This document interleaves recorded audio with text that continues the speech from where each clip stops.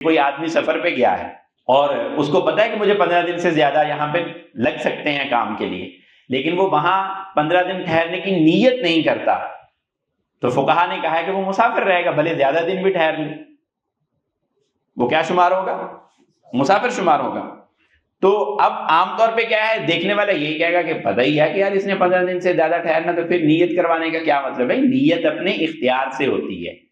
آپ کی خود بخود کوئی چیز نہیں ہوتی، نیت ایک عمل کے ذریعے ایک پریکٹس ہے، وہ بھی ایک آپ کی، لہذا آپ یا چاہیں گے وہاں رکنے کی نیت کا ارادہ رکھیں گے یا نہیں رکھیں گے۔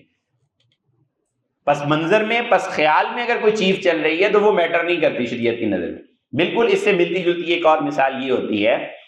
کہ نیت اور چیز ہے، اگر یہی نیت خراب ہو جائے تو وہ عمل خراب ہو جائے گا۔ مثال کے طور پر کوئی آدمی کی نیکی کا کام کر رہا ہے اور نیت اس کی لوگوں کو دکھانے کی ہے، تو یہ عمل خراب ہو گیا۔ لیکن بسا اوقات نیت تو اللہ کو کرنے کی ہوتی ہے، لیکن دل میں کوئی شائبہ اور وسوسہ آ جاتا ہے، جیسے کہ حضرت ابو ہریرہ رضی اللہ تعالیٰ عنہ کا وہ فرمان اور حدیث ہے کہ وہ کہتے ہیں کہ میں رات کے وقت تہجد پڑھ رہا تھا، الگ ہو کر پڑھ رہا تھا، کسی کے سامنے نہیں پڑھ رہا تھا، تو اچانک ایک کسی مسلمان کا وہاں سے گزر ہوا اور اس نے مجھے تہجد پڑھتے ہوئے دیکھ لیا، تو دل ہی دل میں یہ خیال، ایک خوشی کا احساس پیدا ہوا کہ یہ بھی کہے گا کہ ابو ہریرہ تہجد پڑھتا ہے، اور ساتھ ہی ساتھ اپنا محاسبہ اور اپنی اکاؤنٹیبلٹی کا احساس پیدا ہوا، آپ کی خدمت میں حاضر ہوئے اور کہا کہ یا رسول اللہ اس وقت مجھے یہ بھی خیال اور دھیان آیا تھا کہ میں اس کی نظر میں اچھا بچہ بن گیا، ایک اچھا فرد بن کے نظر آیا ہوں، تو کیا یہ ریا ہو گئی؟ تو آپ نے فرمایا کہ نہیں ابو ہریرہ، ریا تو اپنی مرضی سے کرو گے تو ہوگی نا، میں یہ فرق کر رہا ہوں کہ نیت ہونا اور وسوسہ ہونا کسی چیز کا یا کسی چیز کا خیال ہونا، ان دونوں میں بھی فرق ہے۔ یہ بھی آپ صلی اللہ علیہ وسلم کی بات ہی کے اندر سے یہ بات نکلی ہوئی ہے، وہیں کی ہی جامعیت ہے۔ تو اس لیے اگر ہمیں کسی عمل کو کرتے وقت یہ ہے کہ ہم عمل کر رہے ہیں، حتیٰ کہ ریا جیسے یہ ہوتی ہے نا کہ کسی کو دکھانے کے لیے عمل کرنا، اگر کسی کو دیکھنے کی وجہ سے عمل کو چھوڑا تو یہ بھی ریا ہوتی ہے۔ آپ کا معمول ہے کہ آپ مغرب کی نماز کے ساتھ یا عشاء کی نماز کے ساتھ کچھ رکعات پڑھتے ہیں، تو آج نہیں پڑھ رہے اس لیے کہ ساتھ والا کیا کہے گا، یا وہ کوئی مجھے دیکھ رہا ہے تو اس لیے میں نہیں پڑھ رہا، تو یہ بھی ٹھیک نہیں ہے۔ جیسے کسی کے لیے پڑھنا ٹھیک نہیں ہے تو کسی کے لیے کسی عمل کو چھوڑنا بھی ٹھیک نہیں ہے۔ خرچ کرنے کی کوئی بات ہے، قربانی آگے آ رہی ہے، اس کی کوئی چیز ہے، نفل عبادتیں ہیں یا اور چیز ہے اس میں،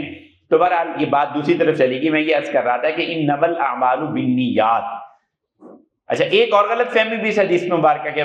طور پر لوگ کر لیتے ہیں کہ بھئی نیت تو میری ٹھیک ہے، عمل جو مرضی میں کر رہا ہوں۔ نہیں، عمل بھی شریعت کے حکم کے مطابق ہونا چاہیے۔ اگر عمل شریعت کے حکم کے خلاف ہے، نیت آپ اچھی بھی کر لیں گے تو وہ اس نیت کا اعتبار نہیں ہوگا۔ اب یہاں پہ عمل بھی شریعت کے دائرے کے اندر ہونا چاہیے۔ کوئی آدمی بہت اچھی نیت کر کے کوئی گناہ کا کام کر رہا ہے،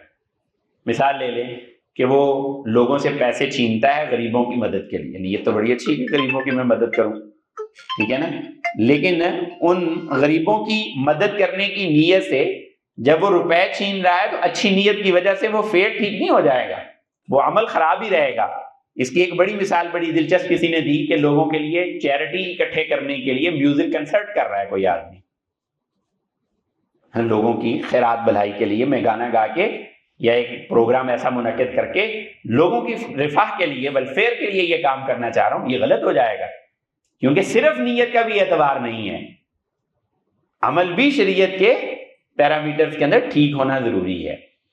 کلیئر ہو رہا ہے نا جی کانسیپٹ؟ تو یہ چھوٹی سی ایک بات ہے، میں نے کہا کہ آپ صلی اللہ علیہ وسلم کی خوبصورتی کلام کی دیکھیے کہ کیا اس کے اندر جامعیت ہے، کتنا زیادہ اس کو اپنے کتنے پہلو ہیں زندگی کے جو آپ صلی اللہ علیہ وسلم کی ایک چھوٹی سی بات کے اندر سمائے ہوئے ہیں۔